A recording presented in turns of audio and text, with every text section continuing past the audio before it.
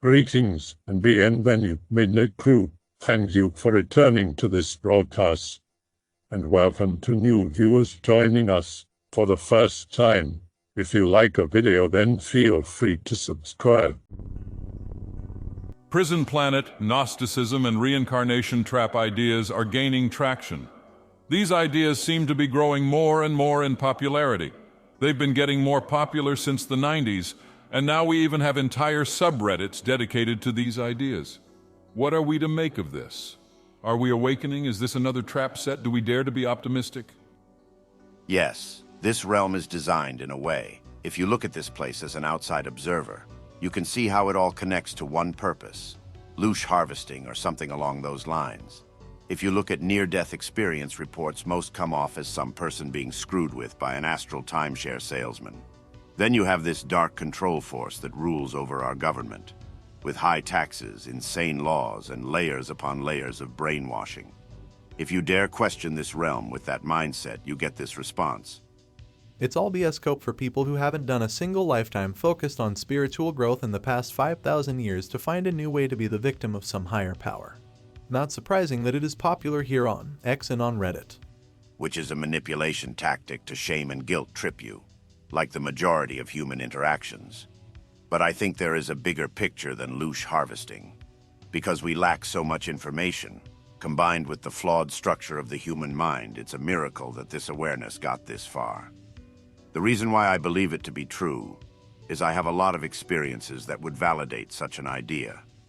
I have woken up in a simulation tank, attacked by parasites, and got into higher awareness before. I don't know what's going on, but I think this realm might be a trap for many different beings with different states of consciousness and origins, like they slowly groom you to be here, while the bigger self is distracted until it gets hoodwinked. I don't know if it is truly like this, though a lot of the prison planet type people are so stressed and self-ending that it is hard to organize. I'm like this too. I see some people fight and argue over nothing, which to me is dumb since we all share the same cell. It doesn't help that the New Age movement is full of greasy weasels, but I notice they like to idealize a victimhood complex. I think we can fight them with our imagination. I think imagination might make us rare, and they want this. That brings up many questions, but the Archons seem to need imagination awareness to manifest things. I don't know what is going on, but we need to go about this with clear minds and courage. Fear is what they ride on to screw with us. I am very curious as to what will happen if these ideas become even more popular, though. Might even be the start of a new spiritual movement. If it does, then believers of this worldview will have their ideas tested as if they are right and all of this stuff does actually exist. Then those entities will have no choice but to reveal themselves if there is a mass movement against them. No. Conspiracies are becoming more and more mainstream. What happens if Gnosticism is mainstream? Last time it happened, the Cathars were killed off in mass for hundreds of years and their history burned and wiped from public knowledge. I wonder what the simulation is trying to do. Because it has the power to stop this movement, but it lets it continue and foster. Some conspiracy circles are becoming big enough to profit from. The prison got smarter. It'll just hijack any threatening movement now and neuter them in such a way that it doesn't pose a threat and/or it actively misguides people. Notice how modern meme Gnosticism is focused on pointing the finger at the universe, but lacks any personal accountability like discipline and training. This lays out a path to some potential future solutions. For example, the universe sucks. Don't worry, take this brain chip and we'll live in our own better world. I have this theory that our world isn't actually a real physical world, but an astral simulation disguised as one. While incarnated, the simulation makes us believe that we are in a material world with constant stress, or this realm is a copy of a real realm, but we got abducted, and now we are here. The reason why I think this, I don't know if it's real, nor have evidence, more a thought experiment. One, because the simulation likes to push out the idea that we are contained in a body, or a locked world, and the only way is to leave is death. Two, is our reality is fake and can be manipulated by thought, which to me implies that it is a dream realm. Then you have the Mandela effect with the past and present changing. I have experienced realms that felt more real than ours, and why do we have so much control when they are the supposed prison wardens? Lastly, they are tricksters who can control the narrative of humanity and don't act like the simulation has full control. I know that we have real bodies, in a word, in systems and cycles, but I wonder if we are in some astral realm, fooled believing we incarnated here. I can't explain it well in text, but all regions have the fundamental foundation. And what if the foundations have zero truth in real reality? There are a lot of holes in my theory, but I noticed a lot of conspiracy will build off of an older one, like how a prison planet builds off of Gnosticism. The only reason why they believe the only way out is death is near-death experience reports or channeling. I think channeling is dangerous and can't be trusted, and near-death experiences are designed for the living, not the dead, to influence the living beliefs on death. I think death could be a way out. Why is there no talk of leaving this realm without relying on death? I don't think my theory has much weight and filled holes because you can counter it easily with other schools of thought or facts. How do we actually fight with imagination? What did the parasites look like? When they mess with me, I try to eat them back. It works the majority of the time. Also, before bed, I build an aura shield around me and imagine a searing, painful light filling my room that will purify everything it touches. Then I claim that my room is my territory, and I'm a free and sovereign being. I have noticed that it works most of the time, but I can get a glimpse of them when waking, and sometimes they can interject themselves in my dreams. But doing these imaginary exercises decreased my attacks by 80% and can't harm me as much. What did the parasites look like? I saw many types. Some look like greys, and they all have different facial structures and body frames. Some had all black eyes with skinny heads, while some had iris like a goat with fat heads. Others looked like weird gremlin goblin creatures. I noticed these tend to lay on my chest and will suck loosh from your mouth and have the ability to project illusions in front of their face. I saw this twice and touched 2 of them before. Others are these weird ball-like things with identical spikes. They like to get over your mouth or hover above you. I see these types almost every day. They will dart once you spot them. I think they are a type of surveillance entity. Then I saw some that looked like typical demons, like the imps from Doom, or odd humanoids with demonic features, like a person with spikes and cracked red skin, or some ash golem. One thing I have noticed is that some are more powerful than others, and you can tell this by their vibe, and like to use weaker entities as bait or shields. Prism Magic is enveloping our planet Verdi. The Prism Magic is an advanced magic that creates confusion and our current level of math and geometry cannot fathom and thus cannot escape. It is neither 3D nor 2D nor flat nor globe, convex nor hollow. A infinitely prismatic tesseract that is heavily guarded. The enclave of the slave, you the monkey who first climbed up the tree of Eden, is tasked and best suited to mine in this poisonous land and is trapped in here, plants being our filter. To climb the tree means you can climb a hole you dug when mining. This is the best skill, and thus the monkeys are the first ones to use the vines to traverse the ravines. The reason plants used to bear poison and still has poison on many of its parts, inedible, is due to the poison that is apparent in our soil. Do you think those pebbles and rocks are not poisonous? Think again. There are all kinds of radon and possibly other radioactive isotopes in there. You are here forever, this mining enclave, enslaved, enraged. You will never. Someone stated a theory that we were advanced back in the 1800 to 1900 period with huge structural buildings and statues all over major cities like Chicago, but then they just tore them down and now we have our shitty-looking cities of today. Was civilization greater back then and history was lied about to cover it up? 100%. More disturbing than this obvious thing is that our history also seems to be fluid. No one even had thoughts such as yours, OP, before about 10 years ago. How is this possible? Were we just dumb, blind, collectively suffering from amnesia, drunk on the abundance and great times of the 80s and 90s? Our perception has undoubtedly changed and continues to evolve. It truly is like we are all waking up. Well, some of us. The ones that are not seem to be even more ensnared by the reality spell. You know whom I'm talking about. The people you know can't wait to enter the metaverse. Any metaverse. Right after they get a Neuralink implant. It's speeding up as well. The one thing that always messes with me is how do they discover ancient cities, roads, buildings, etc., all underground. For example, A few years ago, they were renovating a city square, and due to the excavations, they found a huge network of ancient Roman buildings right underneath our city. Or a random farmer was digging some stuff in his backyard, and suddenly he hit some carefully arranged stones. Turns out there's a literal ancient highway stretching for hundreds of kilometers, and as it so happened, part of it went through the farmer's land. Or someone digs something in a hillside, earth falls off, and it turns out there's actually a huge-ass coliseum or cathedral or other random building just sitting there, covered by masses of earth so that it looks like a hill. How does that happen? It's not that there are 1,000 years of invented history. More like history is much, much older than we're told. Civilization is much, much older. 2,000 years ago, we were still relatively close to where we're now. But think about 5,000 years ago, 10,000 years ago, 20,000 years ago, 100,000 years ago. I think humanity is much older on this earth, or civilizations have existed for a much longer time than we're told, and so much has been transformed and forgotten. Say if there was an advanced civilization 60 million years ago, with cities and technology and whatnot, how much evidence we'd still have today?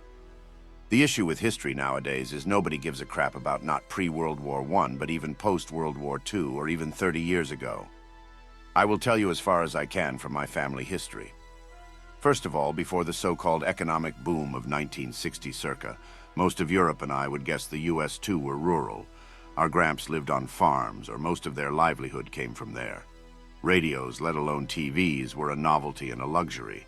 MSM were locally printed newspapers. This is important to understand for at least 2 points. We're literally and physically living in boomers' world, and the means of mass communication we enjoy today are very recent. Then the family stuff, in my gramp times. Late 18th, early 19th century. There weren't any internet, no passenger airplanes, nor work from home. There was one thing called vaporetto, or steam-powered ship cruiser. My grandpa took one to Australia to go hunting rabbits to raise some money, and I still hold a physical receipt of that. Then you have World War I, which brought even more poverty in Europe, the US stock exchange fault, the Depression, and finally World War II. All these events acted as a giant blanket, meaning many people died, were displaced, and/or lost everything they owned. Prior to World War I, Europe was either monarchies, colonial empires, or both, while the Middle East was the Ottoman Empire, led by current Turks. This is mainstream history. There's nothing hidden about it. Just general people aren't interested nowadays. And the living memory was somewhat lost after the 60s because nobody wanted to be reminded of their humble rural origins. The great buildings and cities built in the US and around the world were made possible from the technology of those times, plus steel and concrete. They were made to impress. The problem with the US is that you'd rather tear down those structures and build new ones. In Europe, we tend to be more conservative with urban landscapes unless we bomb each other. Let's say the whole free energy ancient tech thing is 100% fact. What did they use electricity energy for besides lights, heat, and radio communication? Does having free energy equal being able to build amazing structures with amazing detailed artwork? If they built some type of motor, I can't imagine they didn't just end up building a spaceship, as the main issue is energy once you build a machine, and if they did and left us and never came back, shouldn't we destroy everything they made? Some say they live inside Earth, but even then, wouldn't it be messed up to let all this happen to their own species when they have tech that could help? I don't understand what the ancients would use electricity or free energy for, so it doesn't make sense that they would invent a need for and be further advanced than us today. The weirdest part about history is how much what is taught in grade school diverges from reality. Honestly, it is pretty much no different from propaganda, even if you are just sticking to accepted history. It is exceptionally apparent if you look at the narratives told and how far they diverge from reality. This is mostly caused by intentional political battles at the state level, but it recasts history as just a bunch of accepted propaganda. If a historical narrative is politically unpopular enough, it would never gain academic acceptance, no matter how real it is. Now take events that you have lived through. If you go back and study them, you'll usually find that there have been significant revisions to the historical narrative to the point where your lived experiences seem false. Now, apply this to every event throughout history and compound it with the large amount of lost sources, and the entire story of human civilization rings hollow. History itself might as well be a pointless effort outside of the political realm and storytelling. This is the schizo thought I had this week. For me, the Library of Alexandria story sounds fictional like a myth. It's already based on the idea of Alexander the Great, who is already not much of a real figure as he's presented to us, at least. If anything, the plague years taught me that nothing actually of note even happens. We're becoming worse because the population is getting lost inside while browsing the web, whether it's out in public via smartphone or on their computer. We're being trained to think that video games are exciting, that social media is exciting, that having all this information in our pockets is impressive and important when it's anything but that. Since we enter school from a very young age, we are groomed to believe that information or technical knowledge is something important and impressive to have access to, while I don't think this is the case after all. I actually think that all this information is useless crap we don't need, and I would involve even the information we bring up in this very thread. Human beings can naturally build crazy buildings and technology by pure instinct. We are being systematically suppressed from that fact, though, via being immersed in this particular society construct. We're not in tune with ourselves and our innate imagination. It has been squashed in us since early on and offered countless distractions, so we can never regain it properly. Just walking outside feeling the sunlight is much more interesting than anything you can read in books or on the internet. We've been heavily psyoped. How you feel about something is true. It's not arbitrary. The very idea of changing how you feel is to lie to your soul. It's good to try and envision a better world which makes you happy. That's true. But it also means that when negative stuff is thrust in your face, you shouldn't pretend it makes you happy either. It only sounds complicated, but really it couldn't be more simple. Just be honest with your soul. That's basically it. Never lie to your soul. But if you want another analogy, consider that you're standing in a fire. If you're in denial that the fire burns, are you ever going to leave? No, you have to accept the truth of the fire, that it burns, it sucks, and you want to leave. You have to accept the truth of this life, that it's garbage and you want out. But that doesn't mean to seek out the burning. If you keep going toward burning, you're never going to leave either. Just because you have to see the bad stuff for what it is doesn't mean you should go looking for it. You have to seek a better way, but also see things for what they are. I've come to realize that trying to escape has become itself a meme. Yes, there are burdens. But if you're already this far on the journey, it gets to a point. You get spiritually pushed into a corner which shows your highest destiny, and it transcends personal and subjective morality. It seems to break the barriers of the human social construct into a purely cosmic and chemical one. I don't know any other way of explaining it. I've also come to realize that explaining too much and trying to guide others on the path seems too dangerous. Look at it this way. If I explain one thing, you having your own senses will filter it out in ways that it'll lose its original meaning.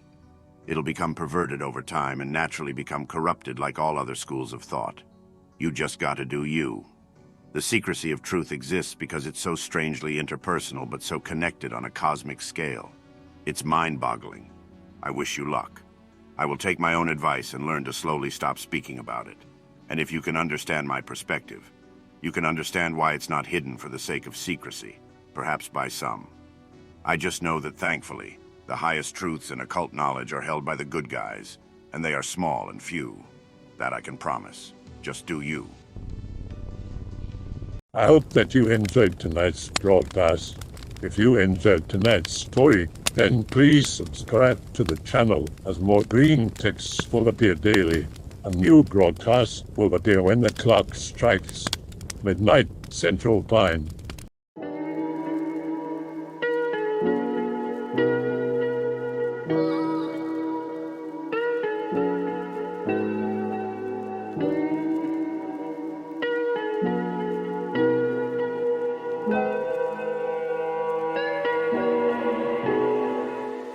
Remember to check out the Odyssey page in the description for a second archive of the channel's videos. There's also a Rumble archive as a backup,